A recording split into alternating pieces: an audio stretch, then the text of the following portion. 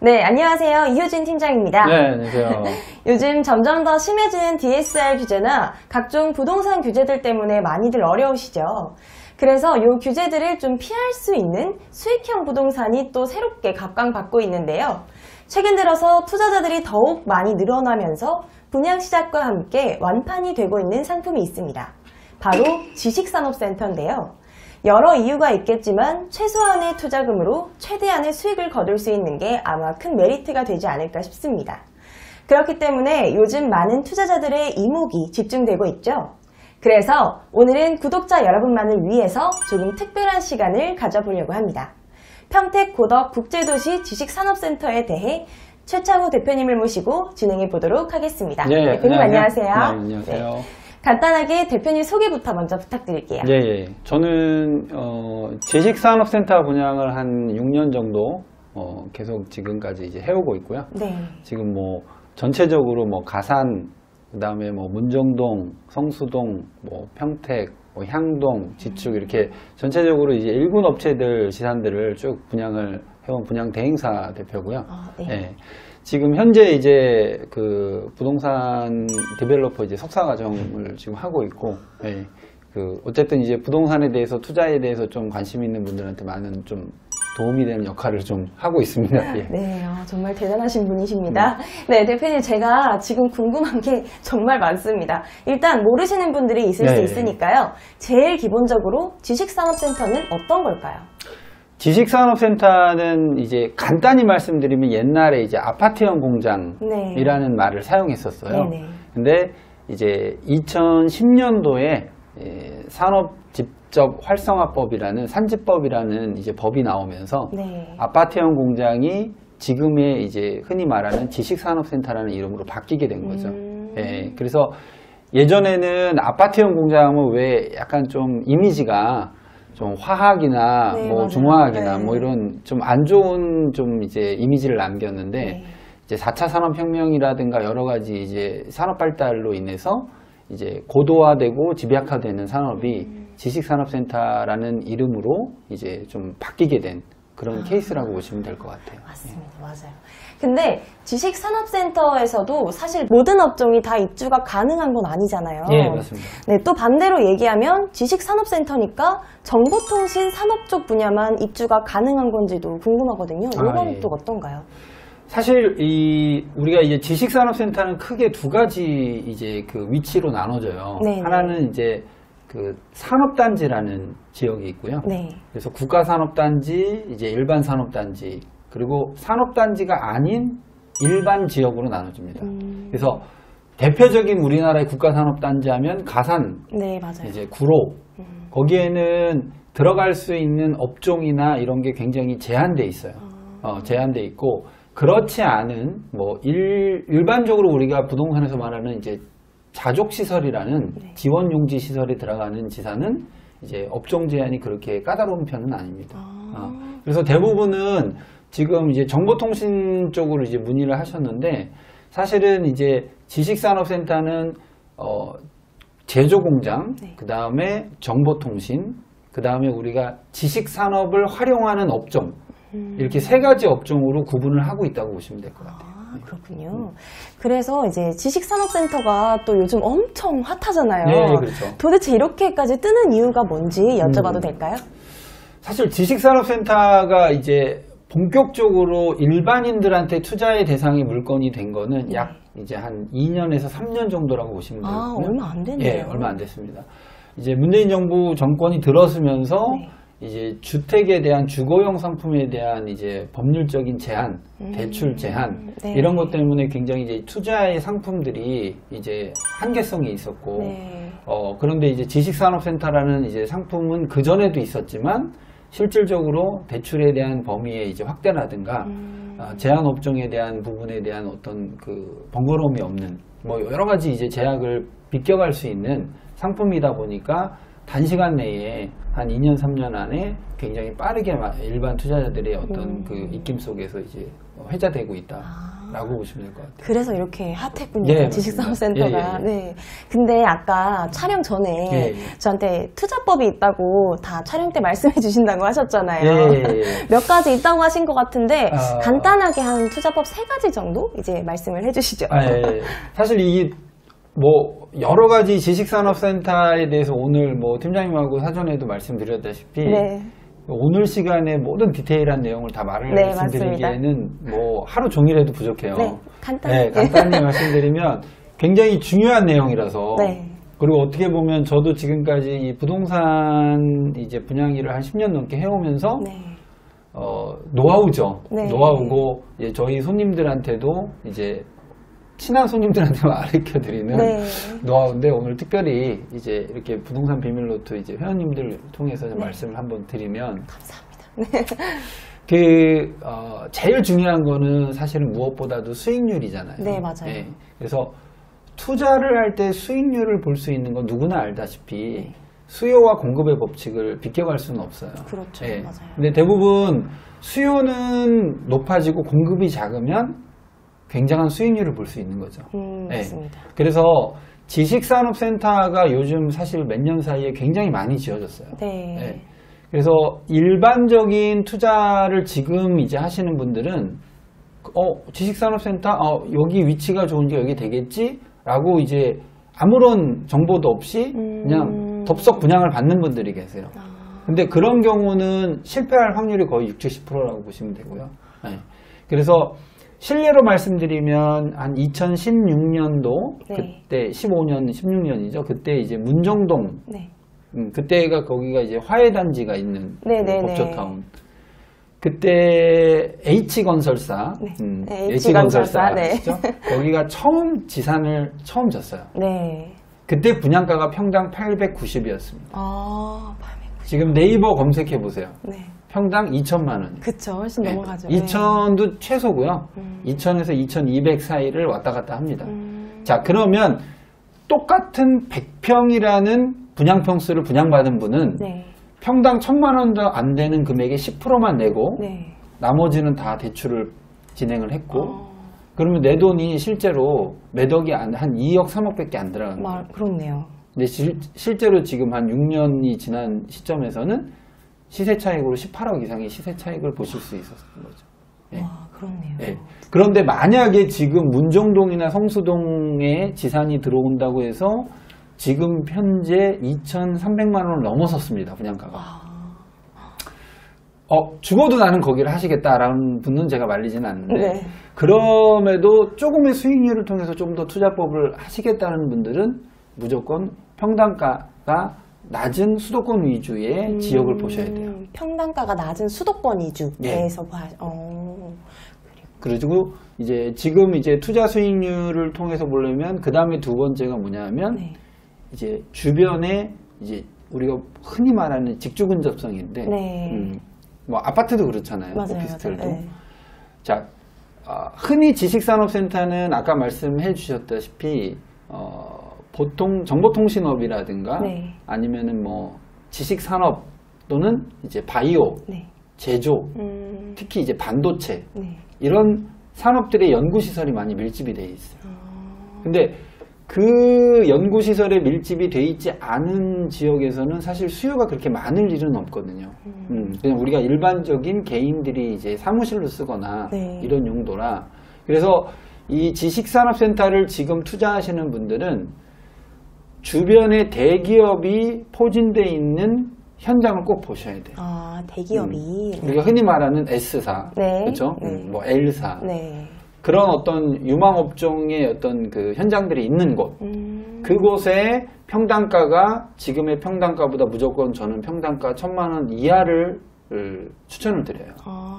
지금 현장에서 1,000만 원 이상, 한 200~300까지는 크게 문제는 없지만, 네. 1,000만 원을 상회해버리면 네. 투자 수익률이 굉장히 현저하게 떨어집니다. 그래서 투자 수익률은 결과적으로는 공실률하고도 연관이 되어 있기 때문에 네. 공실률을 없애는 방법은 주변에 직주 근접에 뛰어난 지리적 위치를 갖고 있어야 돼요. 네.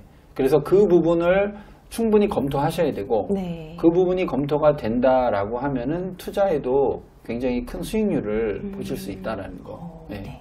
그 다음에 이제 마지막 세 번째는 네. 지식산업센터를 투자하는 분들의 가장 큰 공통점은 누구나 다 그렇겠지만 좀 우리가 소위 말하는 아파트로 말하자면 네. 이제 피죠, 피. 맞습니다. 그렇죠. 네. 프리미엄인데 프리미엄. 네. 지식산업센터도 프리미엄이 붙습니다. 네. 네. 그래서 우리가 전매라는 표현을 쓰는데 네. 지식산업센터를 처음에 이제 저한테 질문하셨을 때 왜 인기가 있냐? 그 중에 가장 큰 하나가 전매 제한이 없어요. 그런 메리트가 또. 네, 메리트 있습니다. 그래서 어느 지역이든 네. 물론 뭐 우리가 이제 한정된 지역 안에 어떤 물건들이 많기 때문에 네. 뭐 전매하려고 하는 분들이 많아지면 당연히 이제 전매에 대한 프리미엄이 내려갈 수는 밖에 없는데 그럼에도 불구하고 이제 건물이 어느 정도 준공 시기가 다가오고 입주 시기가 다가올수록 입주를 하려고 하는 주변에 입주 수요가 많은 지역은 피가 반대로 올라가죠. 그렇죠. 네. 그렇죠. 그래서 이 프리미엄에 대한 거를 기본으로 계획하시면서 투자하시는 분들이 상당히 많으세요. 네. 그러면 첫 번째가 이제 평단가가 낮은 수도권 위주로 그렇죠. 점을 보고, 두 번째는 지리적 위치도 봐야 하고, 세 번째는 이제 그죠. 제일 시세 중요하죠, 차익, 피가. 예, 제일 네, 중요한 맞습니다. 전매 제한이도 없기 때문에 맞습니다. 이렇게 예, 보시면 될 것 같고요. 예. 이렇게 지식산업센터가 지금 또 각광을 엄청 받고 있고 또 투자자들의 이목이 집중이 확 되고 있는데 혹시 투자 시에 조심해야 될 주의사항 같은 것도 있을까요? 예, 반드시 있죠. 보통은 물론 저도 이제 실제 현장에서 일을 하고 있는 분양 대행을 하고 있지만 네. 손님들한테는 우리가 흔히 말하는 팩트를 얘기해 줘야 되는데 이거를 뭐 굉장히 너무 이제 열심히 네. 설명하다 보면 너무 이제 오버해서 얘기하는 네. 경향이 많아요. 이건 수익률이 뭐 한 20% 나오고요. 뭐 여기는 무조건 뭐 거기 뭐 모르셔도 안 가보셔도 돼요. 네. 여기는 뭐 무조건 투자하면 돼요. 이렇게 묻지마식 투자에 넘어가시면 안 돼요. 그렇죠, 맞아요. 그래서 가장 중요한 거는 지식산업센터가 이렇게 열기가 뜨겁고 네. 앞으로 몇 년간은 이 열기가 계속 이어질 텐데 네. 그럴수록 꼭 반드시 현장에 대한 체크를 면밀하게 해보셔야 된다는 거. 맞습니다. 예. 그래서 현장에 과연 이제 분양 상담을 하는 분들의 말을 물론 믿어야 되지만 네. 그 말을 무조건 그것만 신뢰해서 아무런 체크도 하지 않으시면 안 되고. 그렇죠, 예. 맞아요. 그리고 보통은 우리가 이제 지식산업센터 하면은 대부분 이제 그 세금 지원을 받으려는 실입주 같은 경우는 네. 근데 임대사업을 하는 분들은 세금 지원이 없습니다. 네. 예. 그래서 실제 내가 이 물건을 분양을 받아서 네. 실사용을 5년 이상 해야만 취득세 50% 감면, 재산세 37.5% 감면 네. 이라는 법적인 세제 혜택을 해줘요.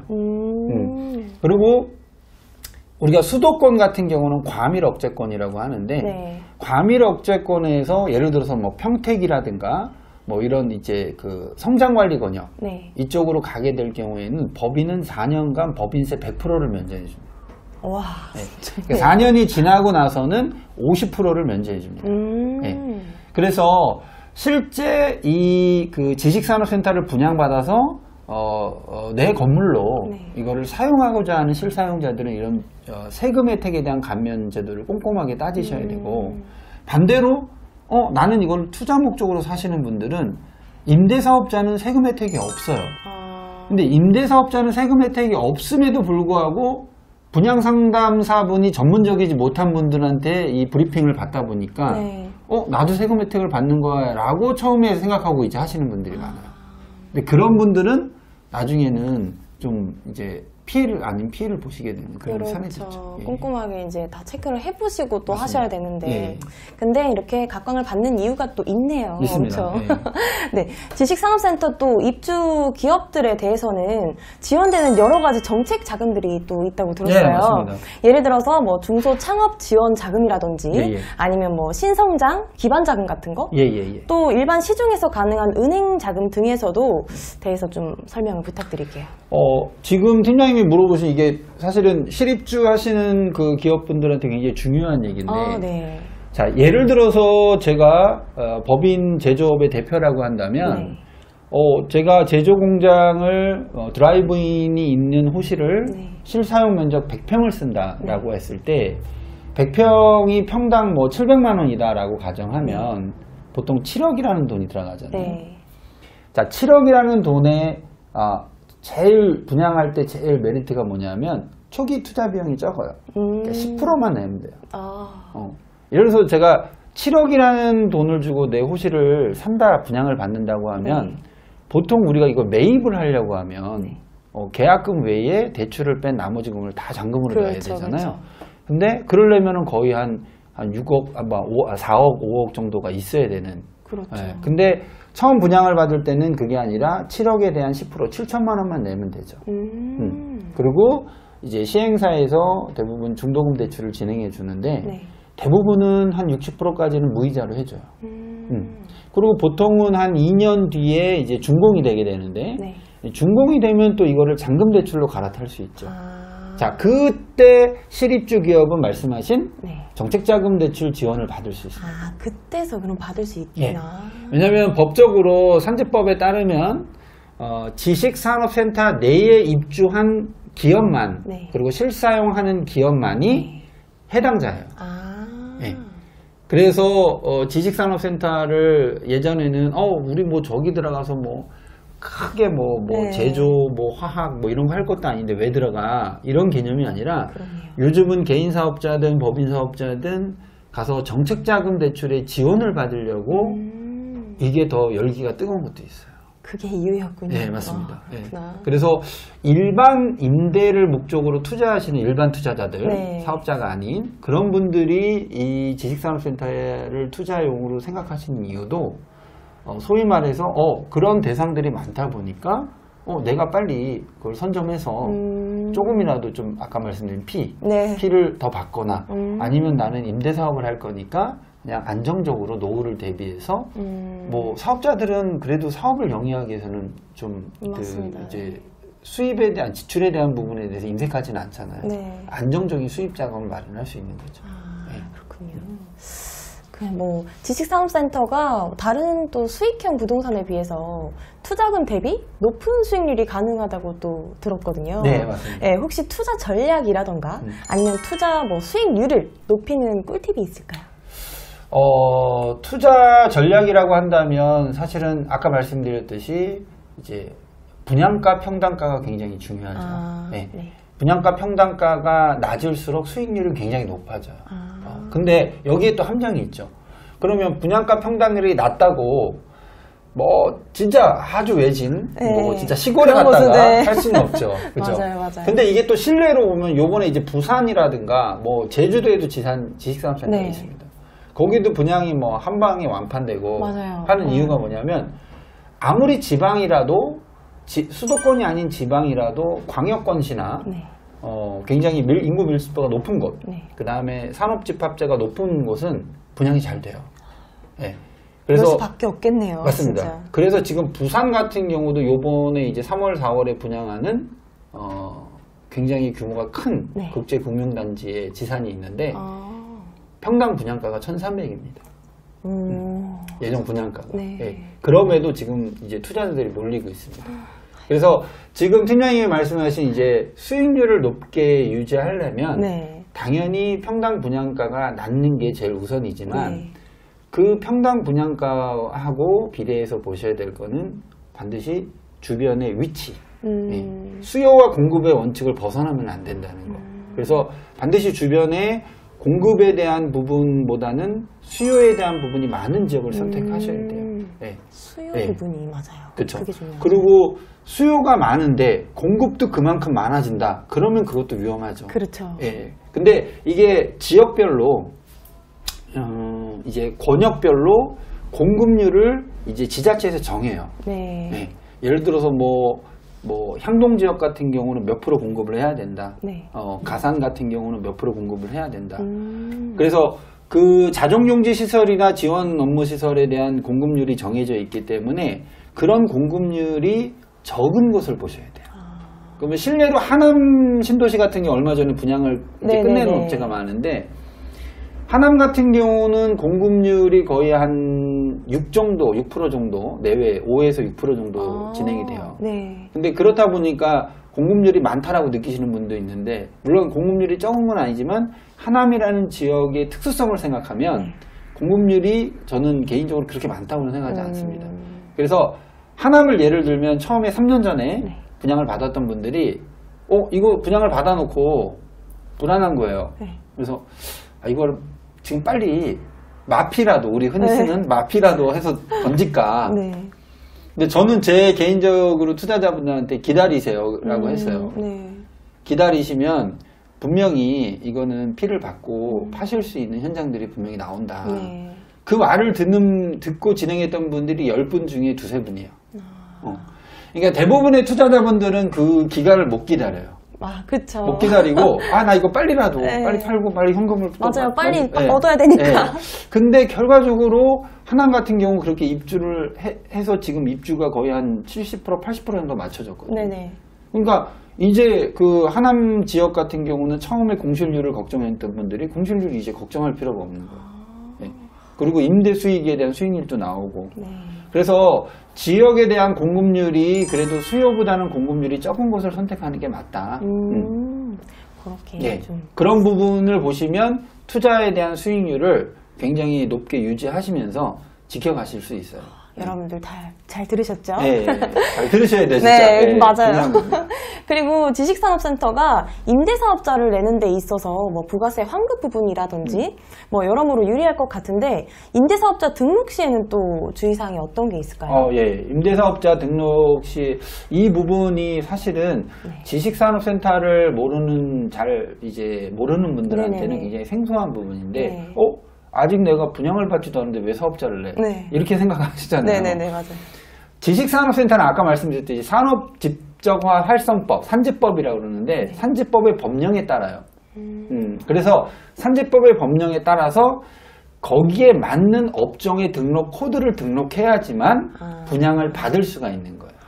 자, 그래서 요거는 아까 처음에도 말씀드렸듯이 제가 국가산업단지, 산업단지가 아닌 일반지역 2개로 나눌 수 있는데, 자, 예를 들어서 가산 같은 경우는 국가산업단지잖아요. 거기에는 국가산업단지는 법적으로 일반인이 투자를 할 수 없습니다. 법인사업체와 개인사업체, 그러니까 직접 사업체를 운영하는 사람들만 투자할 수 있어요. 그리고 지역별로도 이제 우리는 바이오 특성화 지역이다. 그러면 의료 바이오 그쪽에 이제 산업 코드를 갖고 있어야 되는. 그리고 그렇지 않다. 우리는 그냥 일반적인 그냥 국가 산단이 아니라 일반 지역이다. 우리는 다 이제 업종 코드가 가능하다.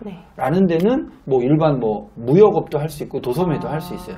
단 여기에는 이제 차이점이 있는데, 지식산업센터를 처음에 임대사업자 등록을 해주지 않습니다. 그렇죠. 법이 그렇게 돼 있죠. 법이에요. 그래서 그러면 나 임대사업자 못하는 거 아니야? 이러는데 그게 아니라 다 이게 시군구의 지자체장의 승인이 떨어진 이후에 임대사업자로 전환을 할 수 있는 거예요. 그래서 처음에는 당연히 저희가 분양을 진행할 때 전문적인 법무사가 또 세무사가 옆에서 이제 진행을 하면서 이제 임대사업자가 아닌 일반 사업자의 코드로 진행을 해주죠. 그거는 당연한 거고.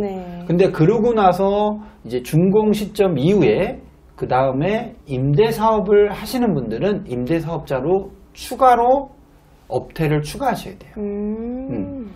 그래야 임대사업자 업태로 임대사업을 받을 수 있는 거고, 그렇지 않을 경우에는 자기가 그거를 직접 운영을 해야 되는.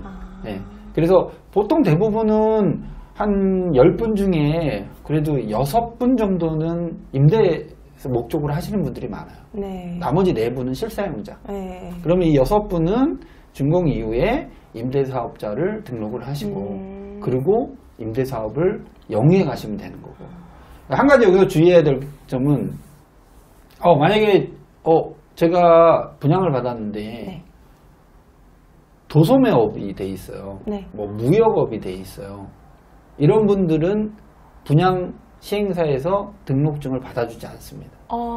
이게 왜 그러냐면, 다른 문제 때문이 아니라, 물론 법률적인 거와도 연관이 돼 있지만, 법률적인 부분보다는 임대업으로 등록이 되게 되면 네. 뭐 임대업이 아닌 그 아까 말씀드린 도소매 뭐 이런 거로 등록이 되면 부가세 환급이 안 돼요. 그러니까 지식산업센터는 우리가 흔히 말하는 어떻게 말하면 집합 건물에 들어가는 네네네. 뭐 아파트는 아니지만 그냥 상가예요. 어떻게 보면. 그쵸. 네, 상가고 실질적으로는 우리가 부동산 중개법에 따라서 수수료를 받을 때는 0.9%까지 받을 수 있어요. 중개 수수료를. 그런데 여기에 지금 그러면 당연히 부가세가 분양을 받으면 부가세가 순차 환급이 돼야 되잖아요. 네. 그러면 도소매나 무역업은 부가세 환급이 안 돼요. 네. 부가세 환급을 받을 수 없기 때문에 부가세 환급을 안 받으려고 하는 분들은 없어요. 다 받아야죠. 국가에서 환급해 주는데. 맞아요. 그래서 처음부터 도소매나 무역업을 저희가 진행을 하지 않아요. 네, 대부분은 우리가 뭐 흔히 말하는 경영 컨설팅, 네. 그러니까 컨설팅업을 많이 좀 진행을 하고, 그리고 그런 업종들이 들어가는 게 이제 지식산업센터 내에 네. 이제 업무 지원 시설이라는 게 있어요. 우리가 흔히 말하는 아까 말씀드린 공장. 네. 공장은 말 그대로 제조 쪽이잖아요. 네. 로봇 산업도 제조고. 그렇죠. 근데 거기에는 내가 들어가가지고 거기서 뭐 제조업을 할 건 아니니까. 네. 그러면 나머지 뭐 이제 뭐 아까 말씀드린 뭐 무역업이나 이런 거는 업무 시설에서 할 수 있어요. 근데 그걸 우리가 흔히 말하는 섹션 오피스. 아. 근데 이게 좀 한층 좀 더 진화돼서 네. 지금은 라이브 오피스라고 있어요. 아. 네.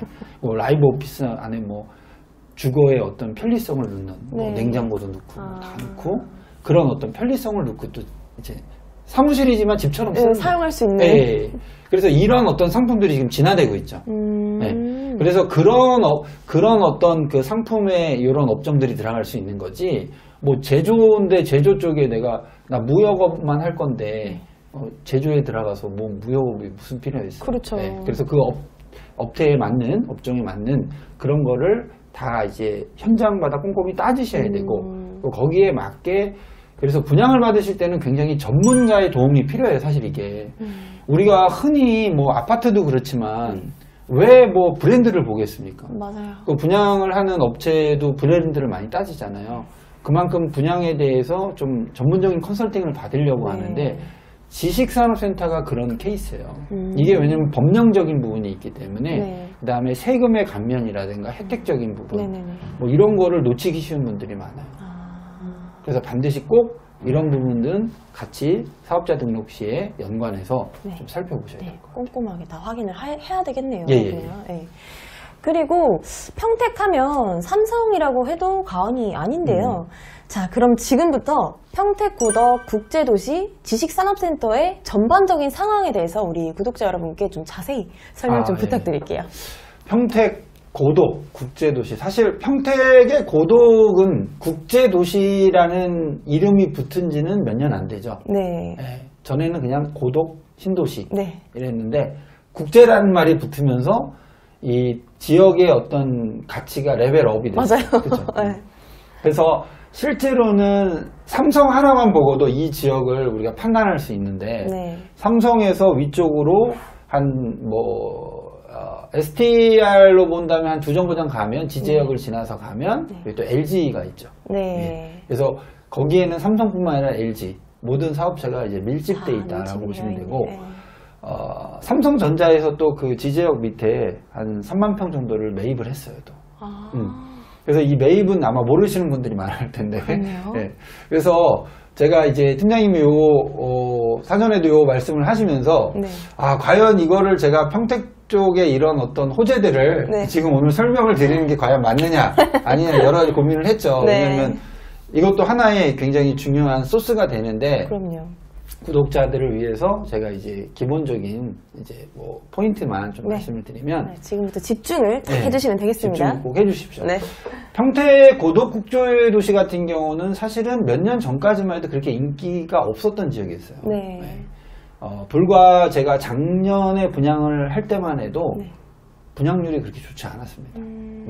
그때는 평당 한 600만 원대 이렇게 분양을 했는데도 실제로 삼성 반도체 앞에 정문 앞에 있는 지식산업센터 2, 3년 전에 이제 분양했던 모델은 평당 500만 원대도 했고요. 400만 원대도 했어요.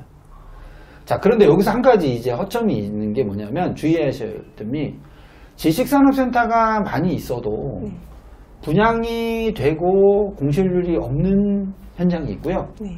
공실률이 지금도 가면 준공이 된 현장인데 공실이 많은 현장이 있습니다. 그래서 제가 요거는 좀 이따가 설명을 해드릴 텐데 그만큼 삼성이라는 하나의 대기업의 어떤 백그라운드만 보고 여기를 선택하시는 분들이 지금 많아졌어요. 네. 왜냐하면 그거는 아까도 말씀드렸듯이 수도권 주변에 지식산업센터가 지금 평당 분양가가 너무 올라갔고 맞아요. 그 평당 분양가가 올라간 것은 다른 이유가 아니거든요. 우리가 흔히 말하는 땅값 때문에 그래요. 토지값. 네. 근데 토지값이 올라서 분양가가 올라갔다는 거는 물론 이론적으로는 맞는 얘기지만 네. 투자자의 입장에서는 아까 말씀드렸듯이 실수요자가 있어야 돼요. 그렇죠. 그죠? 네. 근데 실수요자가 없이 땅값만 올라갔다 분양가가 올라가는 거는 맞진 않죠. 네, 맞아요. 그러면 실수요자를 찾다 보니까 기업체가 몰려있는 곳이 어디냐. 이제 그래서 지금 그 타겟이 된 게 바로 평택이죠. 그렇죠. 예. 그래서 평택 고도국제도시 같은 경우는 한 2년, 3년 전에 분양을 끝내서 지금 이제 입주를 시작한 작년부터 시작한 데가 있고요. 네네. 그리고 이제 작년에 한 2군데, 3군데 정도가 분양을 끝냈고, 네. 이제 올해 한 3군데 정도가 상반기에 2군데, 하반기에 한 2군데 정도가 분양을 이제 마무리하면 이제 끝입니다. 분양이 마무리돼서 끝났다는 건 무슨 말이냐면 더 이상 공급이 없다라는 얘기예요. 자, 여기서 우리가 알아봐야 될 게 뭐냐면 공급이 아까도 말씀드린 부족하면 네. 나중에 프리미엄 형성이 높아져요. 네. 땅이 계속 있어.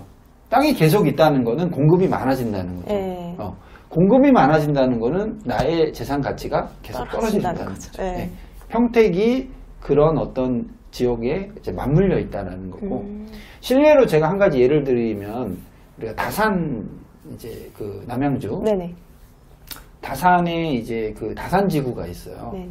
거기도 이제 몇 년 전에 지식산업센터가 많이 분양을 했는데 네. 최근에 이제 분양을 앞두고 있는 현장이 2개 현장이 있습니다. 근데 2개 현장이 있는데요. 이제 공급이 그 2개 현장으로 끝이에요. 끝이다 보니까 그 2개 현장은 아직 오픈도 안 했어요. 네. 오픈도 안 했는데 벌써 사람들이 이제 몰려가기 시작하는 네. 거예요. 언제 분양하냐. 분양가가 높은데도 불구하고 3년 전보다는 평당은 한 200 정도 올랐죠. 그럼에도 불구하고 지금 대기를 타고 있는 분들이 있고 그래서 이렇게 공급이 이제 거의 끝나간다는 거는 이제 도시가 다 자리를 갖춰갔다는 거고 네. 이제 자족 용지 시설에 대한 이 도시의 이제 용지 시설이 다 끝나면 네. 이제는 공급량이 없기 때문에 평택은 공급량이 다른 지역에 비해서는 굉장히 적어요. 그러니까 지자체에서 이제 지정해 놓은 자족 용지 시설 자체도 거의 한 3%가 안 됩니다. 그래서 이제 이 자족 용지 시설이 다 쓴 거예요. 더 이상 쓸 데가 없는 거죠. 그러면 평택의 분양을 지금 올해 분양 시작하는 게 한 700만 원대인데 네. 700만 원대의 분양을 받는다면 예상 수익률은 제가 볼 때 못 잡아도 10에서 15%는 무난하게 보실 수 있는 그런 지역이에요. 네. 네. 그래서 평택의 고도국제도시의 내에 있는 그 지식산업센터의 어떤 분위기가 올해 거의 이제 마지막 이제 그 분위기를 이어갈 것이라고 보시면 될 것 같고 그런 분위기에 편승해서 이제 좀 더 디테일하게 보실 분들은 평택 쪽을 눈여겨보실 필요가 있으실 것 같아요. 그럼 평택 안에서도 이게 어떤 게 있을까요? 평택 안에서 제가 말씀드리면 사실 요번 이제 상반기에 이제 뭐 한 불과 2월, 3월에 열릴 뭐 STV 이제 고덕 STV 2차 현장이라든가 그 1차가 완판됐죠. 700개 약 거기 700개 이제 2차가 네. 열린 2차가 이제 요번에 열리고요. 네. 불과 이제 뭐 2월 달 얼마 안 남았죠. 얼마 안 남았네요. 지나가니까. 네. 그래서 지금 보시는 분들은 사실 이제 투자를 생각하고 계신 분들은 가능한 한 빨리 이제 뭐 어쨌든 이제 뭐 알아보셔서 움직이셔야 될 지금 시기고. 네. 그리고 또 이제 3월 달에 바로 이제 그 옆에 이제 에이스라는 또 현장도 있고 에이스 건설도 이제 지산에서는 꽤 유명하고 오래된 그런 기업체이기 때문에 그 현장들이 지금 계속 연달아 있습니다. 네, 그래서 두 현장의 특징이 뭐냐면 막힘없는 드라이브인에 1대1 도어투도어 주차가 다 가능하다는 거. 그리고 드라이브인이 차가 이제 7층까지 올라가고 지하 1층까지 내려가요. 사실 직장인들이다 보니까 주차가 진짜 중요하잖아요. 1대1이 다 된다는 게 맞습니다. 좋네요. 그리고 이제 보통 법정이 보통 우리가 주차 대수가 네. 보통 한 전체 호실이 뭐 예를 들어서 뭐 400개다. 네. 그러면 법정은 보통 주차 대수는 200개 정도예요. 네. 근데 근데도 법정 대비해서 호실에 1.5대씩 이상을 들 수 있는 왜냐면 말씀드렸다시피 드라이브인이 지하 1층부터 7층까지 올라가니까 다 네. 주차 공간이 나오는 거예요. 그렇네요. 네. 주차 공간이 나온다는 거는 결과적으로 법정 대수를 초과한다는 거죠. 그래서 주차 공간이 굉장히 좋고 네.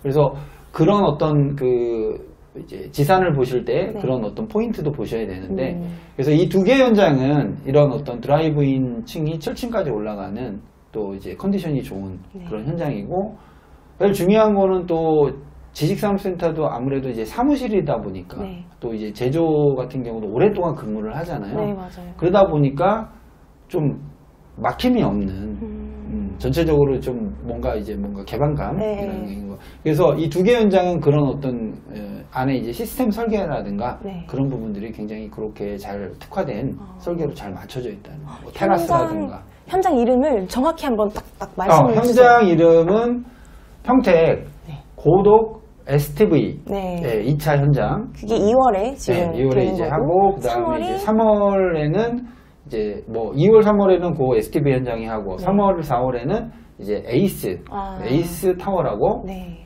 고독에 있는 에이스 타워 현장이 이제 막 이제 또 열리게 되고요. 이게 정말 꿀정보인데요? 꿀정보죠. 너무 꿀정보라서 지금 전 생각지도 못한 꿀정보가 나와가지고 여러분 지금 보고 계시는 분들이 정말 너무 좋으실 것 같은데요. 정말 로또입니다, 거의. 네. 이렇게 오늘은 평택 고덕 국제도시 지식산업센터에 대해서 최창우 대표님과 함께 말씀을 나눠봤는데요. 오늘 함께 해주셔서 감사합니다, 대표님. 감사합니다.